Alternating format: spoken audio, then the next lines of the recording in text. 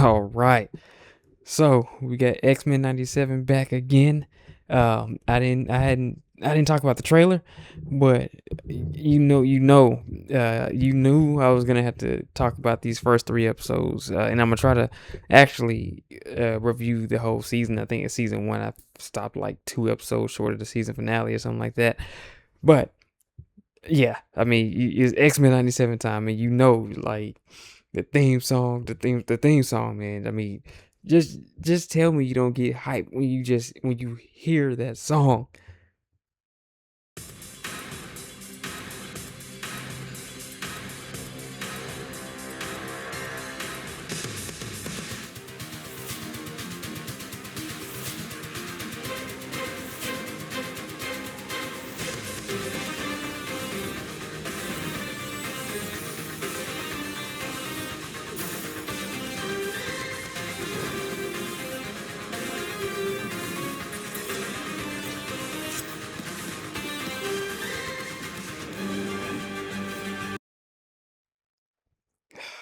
Like I can't play a lot of the song because YouTube police, but that just that beat but um yeah, the season started today, and it started off with a bang. We got three episodes today. I'll give like light spoilers. I'm gonna try not to tell the episodes beat by beat. It's kind of hard not to. I'm gonna give you all a chance to see it for yourselves, but uh, like right off the bat, we start off with Forge and Bishop, and they pretty much they put their plans together to go save the X-Men. Half the team is in the future, and half the team is in the past. And what we find out is that these are both times, like key times in the history of Apocalypse. So basically, like the team of Scott, Jean, Storm, Wolverine, and I'm forgetting somebody. Morph. They're all in the future, which is the Age of Apocalypse timeline, whereas the the rest of them, Professor and Rogue and Magneto and Beast and Nightcrawler, are in the past when he was in Unsabanur. So, and I'll talk about that more with the third episode, but let's just talk about this first episode. So, the first episode, again, you started with Bishop and them, and they've concocted their plan. Forge is going to the future, and Bishop is going to the past, and they pretty much go on their their missions. And Forge shows up in the future. He ends up getting attacked by Apocalypse's robots, and Logan pops up and saves him. You see Logan in like his the I think he's supposed to be like a representation of that feral state, because after Wolverine lost his adamantium, I think they for a period he was like more feral with his bone claws. And like you see him more, he's like hairier, and he has this kind of new outfit. They all have new outfits on, but he has this different outfit on and this like kind of mask. And then Storm shows up too, and they say Forge. And in the first season, Storm and Forge had this thing. And I'm gonna be honest with you, even before I found out about, like, even before the T'Challa Storm connection, like back in the day as a kid, I was never a fan of Storm and Forge. It's just I was not a fan of it. Now I will say they're being true to story, because I do believe in the '90s Storm probably was with Forge around that time. But that doesn't mean I gotta be a fan of it. Although, technically speaking, I will say that that's better than what they're doing with Storm now. But I can go on that. That would be a whole soapbox, and probably shouldn't go on there right now. But yeah. So Ford is like, "Hey, let's go," and Storm is like, "Yeah, no, we can't do that. Things have changed. It's been some months, and we find out that Scott and Jean have pretty much connected with Nathan, because of course Nathan, they sent him to the future, and this is the future they sent him to, not knowing that this is the future that this is what the future was going to be like, but this is where he is. So he's like, what, 10, 11, 12 years old maybe. And they hadn't told him that they're his parents, but they've kind of started training him and teaching him stuff, and basically taking on their parent roles in the future, without telling him that they're his parents. So They don't want to go back to the past until they help him. They really don't want to leave him, but timeline and everything. So again, without telling too much of the plot, I'll fast forward just a little bit. Uh, Basically, the lady who had been raising Nathan is also the one who time displaced the X-Men, and so without I'm gonna say this. You've seen this episode that she's definitely a character, a particular character, and you know what? I'm gonna give y'all slight spoilers. Okay, I said that before because it's hard to talk around this, but you should still go see the episode, watch the episode. Um, but I think it's implied that I think Rachel Summers. Um, I'm not real versed in the X Men comics, so I don't know if this is. I'm sure it is authentic, or to what actually happened. But again, I'm not gonna say for sure because they don't call her name, but she does temporarily use the Phoenix Force. Uh, but they had this really cool fight sequence with the horsemen apocalypse, and they storm I mean that storm Cyclops and Jean have a nice moment with Nathan, because in this episode they do eventually tell him that they're his parents.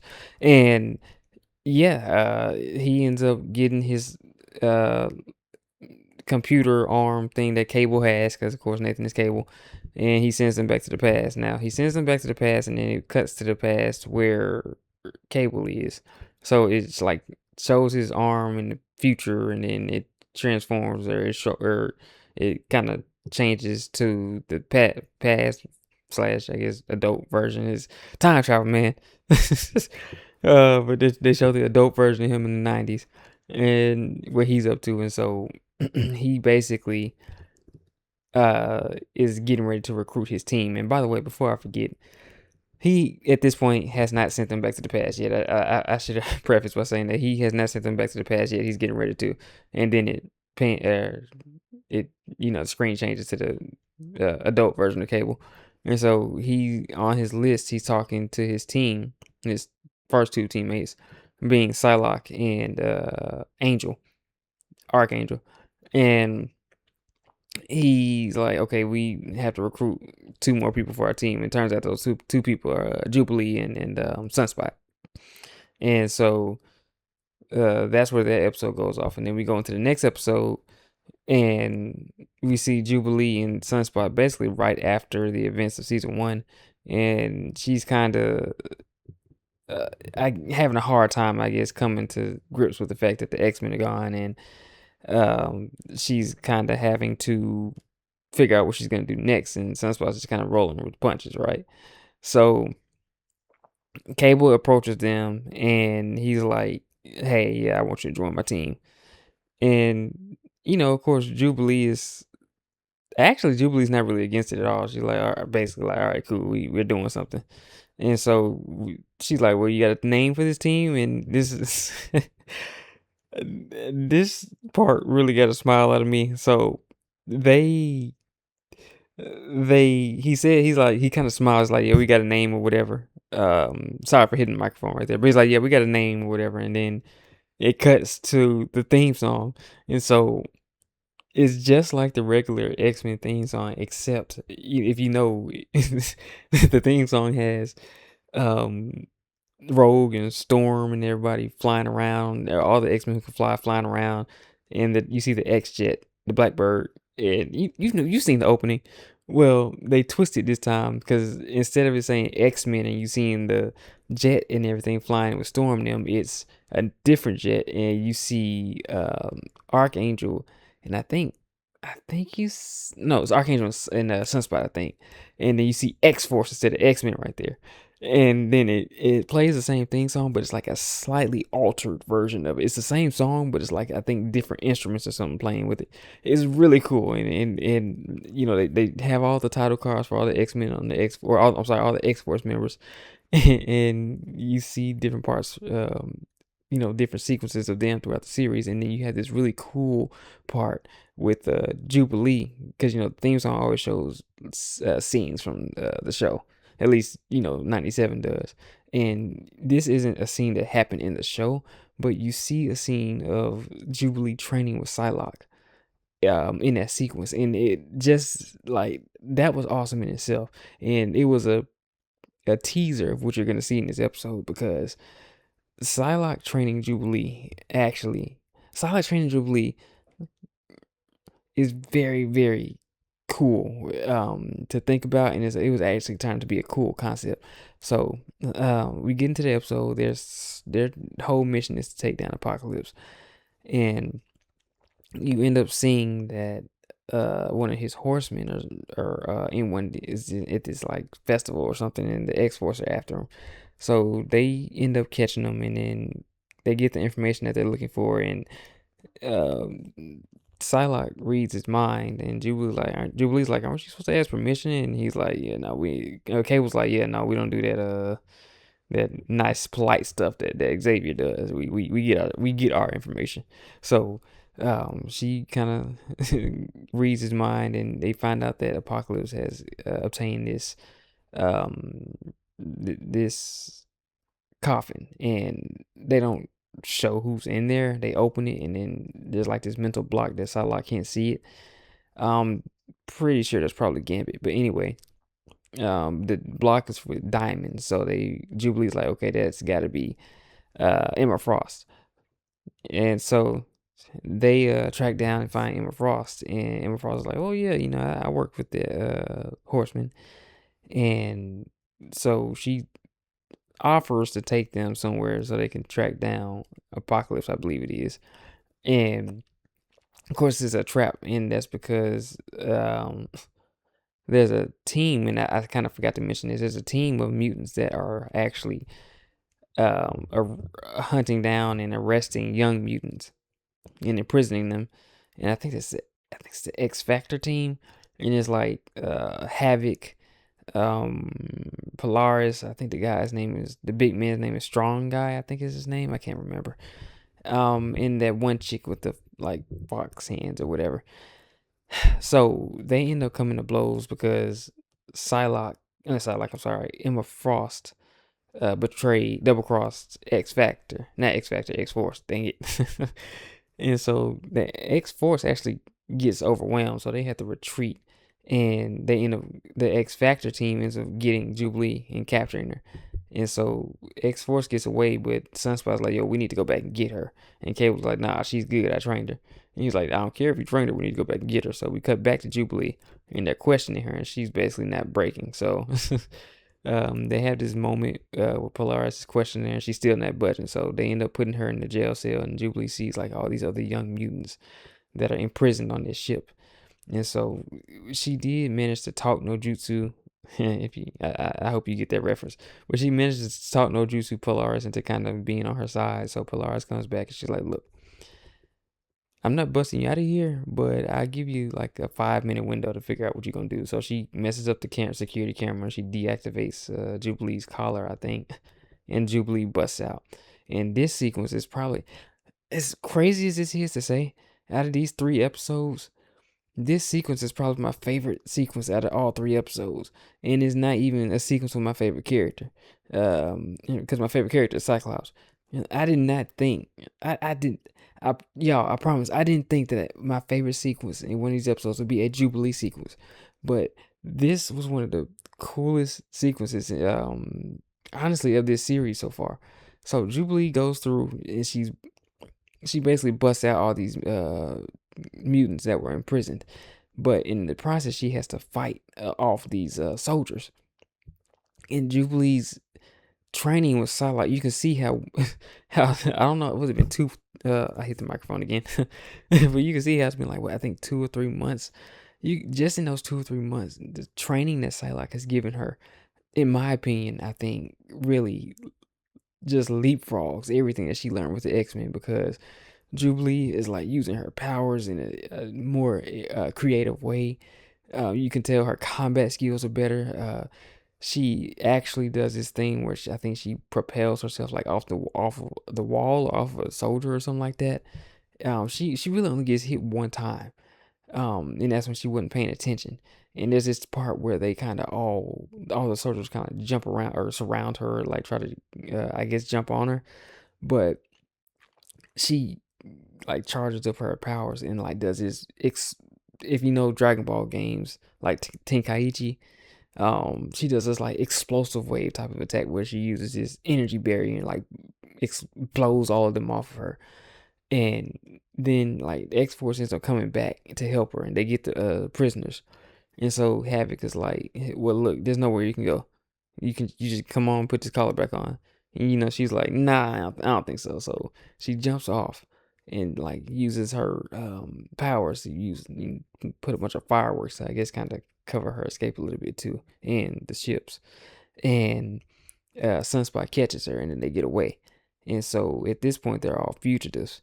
But Cable's like, it's gonna be harder to get to Apocalypse with us being fugitives now. And Jubilee's basically like, look, it didn't matter if we stop Apocalypse, if we don't keep the worlds and the mutants safe in the process. So she kind of gets through to them, and at this point, they're still kind of moving forward. We're trying to figure out what they're gonna do, or trying to track down Apocalypse. Now, this episode kind of closes out with Cable. It's like another close up on Cable's arm, but then it goes back to the past, the exact moment. I'm sorry, the future, the exact moment that this episode was kind of started with, which you see young Cable, and he's talking to the little cube thing, which is in his arm, and it sends Scott and him back to the past. And at that point, we kind of pick up in there. Well, it sends him back to the past. And we see, I think we cut to the past because there's a lot of time jumping in these 3 episodes. But I think we get a glimpse at the distant past where the other team is. So we get to the next episode, and of course, different opening, except this time is with the members who were in this episode, the members of the X-Men who were in this episode.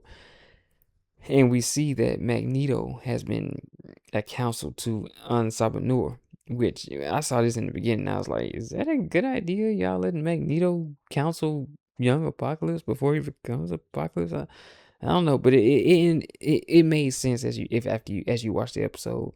And basically, there Ansabanur is in a battle against the Pharaoh.